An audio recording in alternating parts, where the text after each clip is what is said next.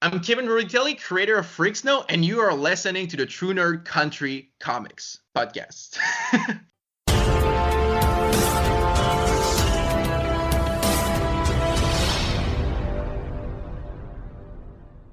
Welcome to the True North Country Comics podcast, dedicated to promote Canadian comic book creators and supporters.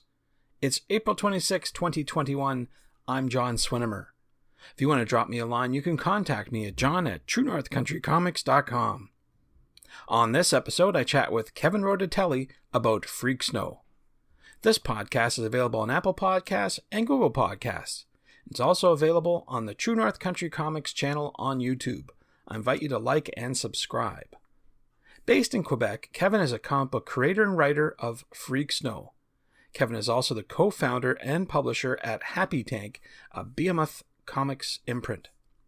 In 2016, he won the Ashcan Award for Best Newcomer Breakout Talent. Freak Snow is described as a frozen apocalyptic story in the spirit of Mad Max, Fallout, and Borderlands meets Tarantino, featuring Bernie, a psychedelic addict surviving in a glacial wasteland.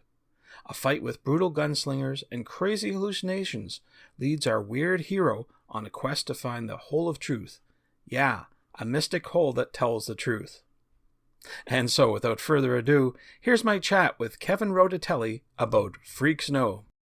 So, Kevin Roditeli, thank you very much for taking time to chat with me. It's a pleasure, dude. I appreciate your time. What I normally do to start off the interview is ask the creator about their first comic book. So I'm wondering if you remember, what was the first comic book that you read? I'm a big cliche. It's Watchmen.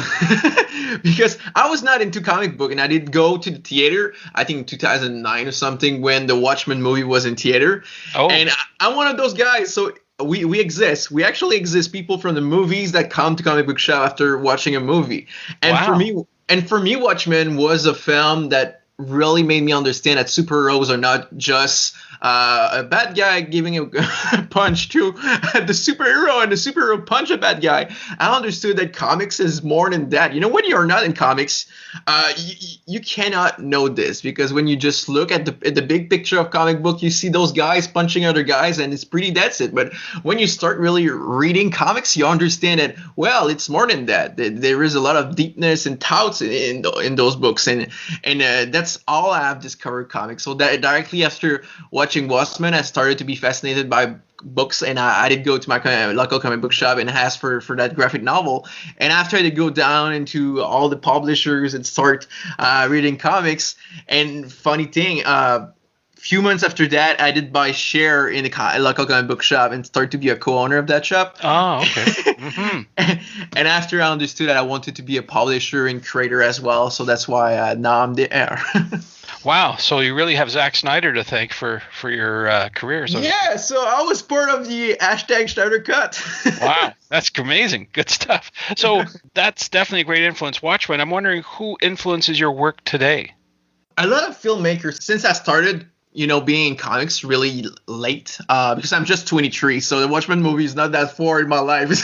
But so a lot of filmmakers actually bring their work or my influences that I take from them to the comic book medium. So Gaspar Noé, Terrence Malick, Nicholas Winding Refn, Denis Villeneuve that did Blade Runner and going to do the new Dune. But in comic books, I really love Garth Ennis. Garth Ennis is one of my favorite writers. Of course, Alan Moore, like everyone. And French is my favorite language, so I got some French writer as well.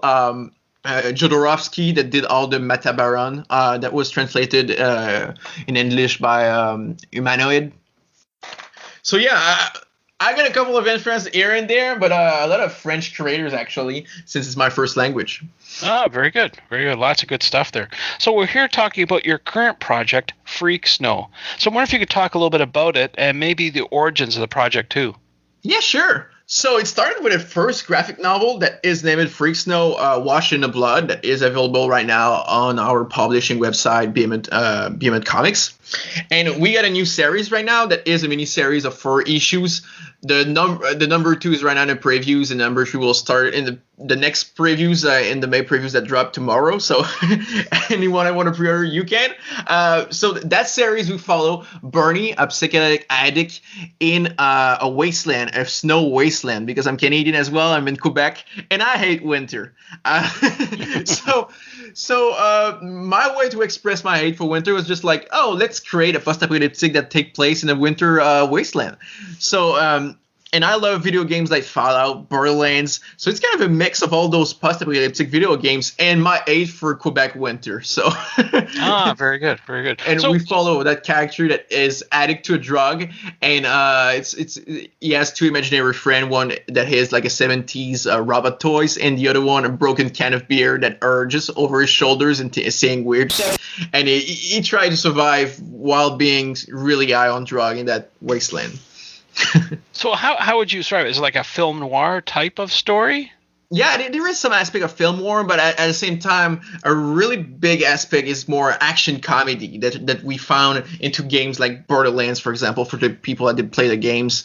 Or even Mad Max Fury Road is a good comparison, and you can make that comics is kind of a constant action, but we still have that kind of a goofiness that make it funny at the same time. Okay. Now, you're the writer of the project. You're obviously working with a great artist. Can you talk about your collaboration with that person? Rob Cannon's my collaborator since forever. I started comics in 2016, and we've been working together since. We are also co-founder of the imprint at Behemoth Comics named Happy Tank, which Freak Snow was our first title. Now our second one is MFKZ, which is funny because the creator Ron of MSKZ is one of my favorite comic book creator from France, and we're bringing his comics here in the U.S. in the English market. So it's kind of a dream for me to work with that guy. So it's kind of cool. But yeah, working with Rob Cannon is super phenomenal because that guy has kind of a brain that works like me, so we understand what I'm writing, and we have kind of the same influence. He is someone that is really a lot in indie film makers and stuff like that, like me. So when I talk about a reference or like a shot from a movie, he directly know what I'm talking about because he has seen all the same film than me. Just like the type of perfect collaboration that you know that the artist kind of understand directly what you wrote on the paper, and there is no need to like make a script with 20 page of description for every panels. He knows directly what I have in mind. So for me, Rob is kind of an extension of my brain. So it's super cool working with him.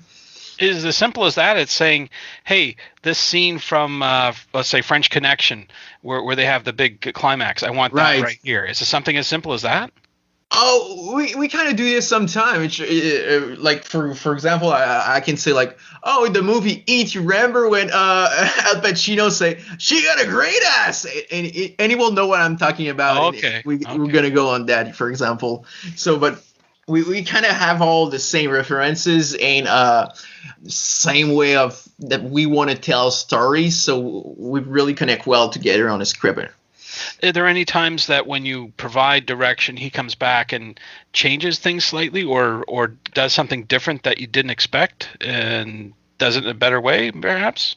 Me and Rob really respect each other's work, so and we know our flaws and what we are good with. So, for example, I'm someone who's kind of good with the tension moments. So for everything, it's kind of the pacing of the tension. You will never touch on that. He's like, oh, that's your thing. But for example, the action scene, I let pretty much everything to Rob. I'm like, make that action scene, Rob. You are the artist, and I think that there is no better person for making the action than the artist. I don't feel as a writer I should be saying like, oh, that guy should punch this one, and after the other one should kill the other one with a gun, you know. So we kind of have our own department in the creation of the thing that we just know that Rob gonna be better on that, and I'm gonna be better on that. So there is no ego. We're just like, oh, I suck at that, so do it.